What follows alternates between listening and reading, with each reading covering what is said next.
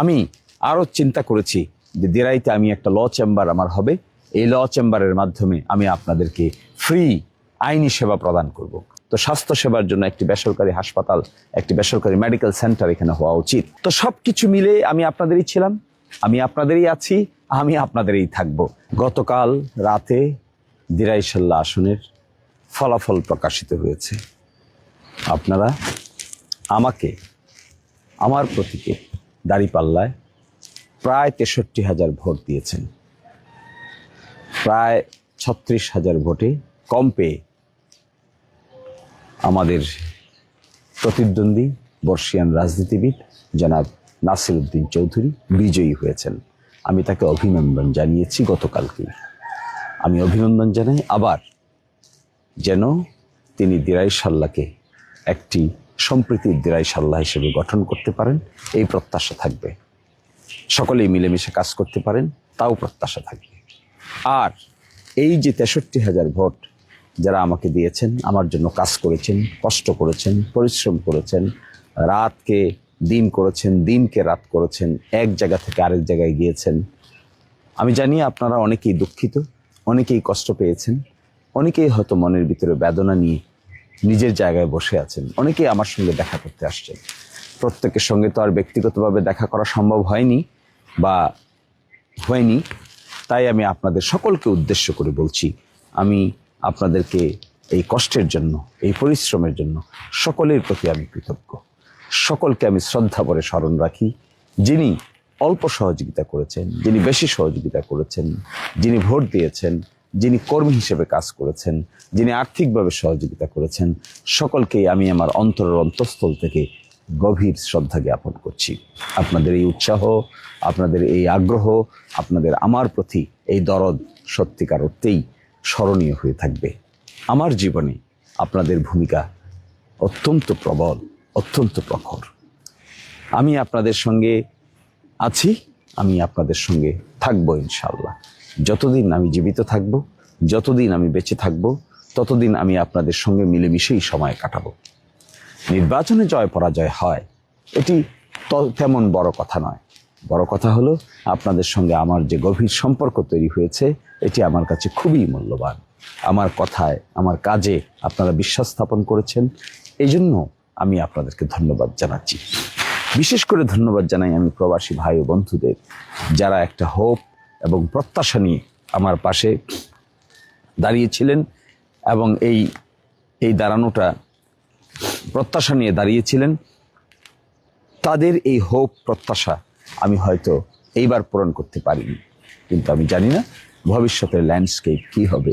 আমরা মিলেমিশে কাজ করব, আমরা কিছু কাজের উদ্যোগ নিব, সেই উদ্যোগের সঙ্গে আপনারা থাকবেন, এটি আমার প্রত্যাশা থাকবে। আমি লন্ডনে যাব, আমি আমেরিকায় যাব, আমি ফ্রান্স, ইটালিতে যাব। যারা আমাকে সহযোগিতা করেছেন, ফোন করেছেন, সশরীরে এসেছেন, আমি আপনাদের প্রত্যেকের প্রতি গভীর শ্রদ্ধা ভরে আমি আপনাদেরকে স্মরণ করি। বাংলাদেশে এসেছেন কষ্ট করে নির্বাচন করার জন্য। জয় পরাজয়ের এই খেলায় আমার মনে হয় আমরা একসাথে যদি থাকি, দিরাইশাল্লাহর উন্নয়নের জন্য আমরা কাজ করতে পারবো। হয়তো সরকারি ব্যবস্থাপনায় হবে না, বা সরকারি ব্যবস্থাপনায় আমি কাজটি করতে পারবো না, কিন্তু বেসরকারি ব্যবস্থাপনায়, বেসরকারি উদ্যোক্তাদের মাধ্যমে, বেসরকারি জনশক্তি জোগাড় করে, বেসরকারিভাবে ফান্ড জোগাড় করে আমি চেষ্টা চালিয়ে যাব আপনাদের পাশে থাকার, আপনাদের কাছে থাকার। অনেকেই আমাকে এসে সান্ত্বনা দিয়েছেন গতকালকে, আজকেও দিয়েছেন। আসলে আমি ব্যক্তিগতভাবে এত ডিসহার্টেন্ড লোক নই যে একটা নির্বাচনে মানুষ আমাকে সাপোর্ট করে নাই তাই বলে আমি ডিসহার্টেন্ড হয়ে যাব, আমি হতাশ হয়ে যাব। No, I am not of that type of personality. আমি আপনাদেরকে বলছি, আমি আপনাদের সঙ্গে মিলেমিশে কাজ করব, কারণ আপনাদের সঙ্গে আমার আত্মার বন্ধন তৈরি হয়েছে। আমাকে হৃদয় নিংড়ানো ভালোবাসা দিয়েছেন, বসতে দিয়েছেন, খাইতে দিয়েছেন, উঠতে দিয়েছেন, চলমান রেখেছেন। তো সেই জায়গাগুলো থেকে আমি আপনাদের এই স্মৃতি ভুলতে পারবো? না, স্মৃতি ভোলা যাবে না। আপনারা আমাকে দেখবেন সরব, আপনারা আমাকে দেখবেন আপনাদের পাশে, আপনারা দেখবেন আমি প্রশাসনকে আইনসম্মতভাবে কাজ করার জন্য কি ভূমিকা পালন করি। আপনারা এটাও দেখবেন জাতীয়ভাবে আপনাদের শিশির মনির কি ভূমিকা পালন করে। এটাও দেখবেন যে আমি একজন স্বচ্ছতার সহিত, জবাবদিহিতার সহিত আপনাদের পাশে থেকে দল মত নির্বিশেষে কিভাবে আমি আপনাদেরকে সহযোগিতা করতে চাই তা আমাকে পরীক্ষা করে দেখবেন। আমার কর্মে, কাণ্ডে, কথায়, বার্তায় যদি আপনারা কোনো শৈথিল্য দেখতে পান, আপনারা আমাকে সতর্ক করবেন, সজাগ করবেন। আমাকে আপনারা আরো অনেক বেশি হাস্যোজ্জ্বল দেখতে পাবেন, আমাকে আপনারা আরো অনেক বেশি, বরঞ্চ আগের চাইতে অনেক বেশি অ্যাক্টিভ দেখতে পাবেন, আগের চাইতেও অনেক বেশি আপনাদের পাশে থেকে আপনাদের ভাই হিসেবে, বন্ধু হিসেবে, আত্মীয় হিসেবে, প্রতিবেশী হিসেবে একেবারে এমনভাবে দেখবেন যেমন মাতৃজঠরে দুটো যমজ যেভাবে লেগে থাকে, আপনারা আমাকে এভাবেই পাবেন। মন ভাঙার কিছু নাই, হতাশ হওয়ার কিছু নাই, নিশ্চয়ই এর মধ্যেই কল্যাণ আছে। আল্লাহ তাআলা কাকে কল্যাণের জন্য কি করেন তা সবকিছু আমাদের জানা থাকে না। হয়তো আল্লাহর কল্যাণ, আল্লাহর পরিকল্পনা এরকম ছিল, আমরা সকলেই সেটা মেনে নিতে হবে।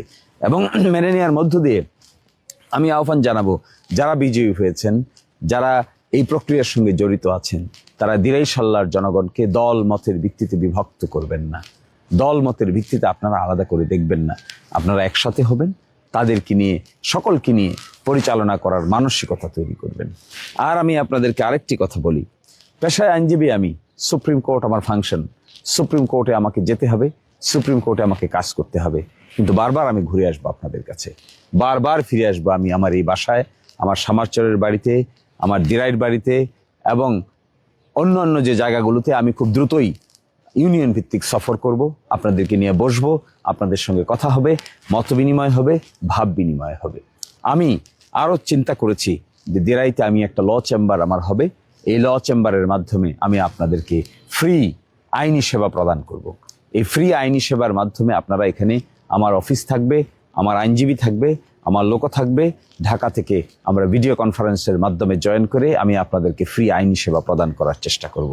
এছাড়াও কিছু বেসরকারি উদ্যোগ আমি নিব, আপনারা অচিরেই দেখতে পাবেন। আমি আপনাদের স্বাস্থ্যসেবা নিয়ে খুবই কনসার্ন ছিলাম, তো স্বাস্থ্যসেবার জন্য একটি বেসরকারি হাসপাতাল, একটি বেসরকারি মেডিকেল সেন্টার এখানে হওয়া উচিত। এই বেসরকারি মেডিকেল সেন্টারটা কিভাবে গঠন করা যায় তারও একটি উদ্যোগ আপনারা দ্রুতই দেখতে পাবেন। তো সব কিছু মিলে আমি আপনাদেরই ছিলাম, আমি আপনাদেরই আছি, আমি আপনাদেরই থাকবো। আমাকে ছাড়া, আপনাদের ছাড়া আমার তো বাড়তি কোথাও যাওয়ার জায়গা নাই, বাড়তি কোথাও আমি যাবও না। আপনাদেরকে নিয়েই বারবার বারবার আমরা কাজ করার চেষ্টা করব। আমি সবসময় বলেছিলাম যে আমি কাজ করতে চাই, আমি কর্ম সম্পাদন করতে চাই। এই কর্ম সম্পাদনের রাষ্ট্রীয় সুযোগ না আসলেও ব্যক্তিগত সুযোগ তো বিনষ্ট হয়ে যায়নি, ব্যক্তিগত সুযোগ তো আছে, পারিবারিক সুযোগ তো আছে, বেসরকারি সুযোগ তো আছে। দেখেন না আমরা কি করি, চলুন এই হোপটা নষ্ট করব না, আমরা প্রত্যাশাটা নষ্ট করব না। সাময়িক নির্বাচনের জয় পরাজয় নিয়ে প্রকৃত অর্থে মানুষের জীবনকে আমরা এইভাবে বিনষ্ট করব না।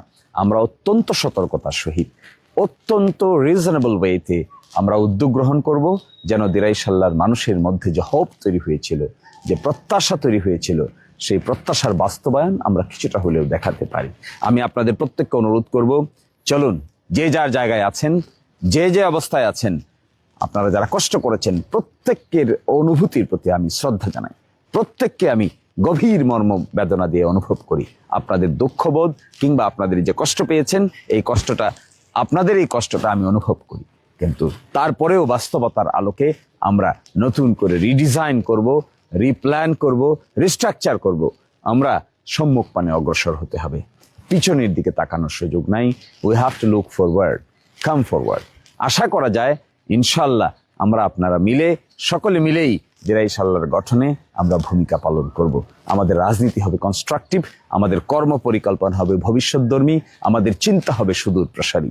আমাদের ভবিষ্যৎ প্রজন্মকে সাথে নিয়ে, ইয়াং প্রজন্মকে সাথে নিয়ে, প্রবাসীদেরকে সাথে নিয়ে, শিক্ষিত সমাজকে সাথে নিয়ে, কৃষক ভাইদেরকে সাথে নিয়ে, অমুসলিম ভাইদেরকে সাথে নিয়ে, সনাতন ধর্মের ভাইদেরকে সাথে নিয়ে, মুসলমান ধর্মের ভাইদেরকে সাথে নিয়ে, পুরোহিতদেরকে সাথে নিয়ে, ইমামদেরকে সাথে নিয়ে, প্রতিবন্ধীদেরকে সাথে নিয়ে, তৃতীয় লিঙ্গের মানুষদেরকে সাথে নিয়ে, মহান মুক্তিযোদ্ধাদেরকে সাথে নিয়ে, জুলাই যোদ্ধাদেরকে সাথে নিয়ে সম্মিলিত যে প্রয়াস আমি গড়ে তোলার চেষ্টা করেছিলাম, তা আমি কন্টিনিউ করব। সে মডেল এসে আমার কাছে একটা রোল মডেল। এই রোল মডেলের কাজ আপনারা আমাকে খুব পাশে থেকে দেখতে পাবেন। অবশ্যই অবশ্যই আমরাই আপনারা, আপনারাই আমরা।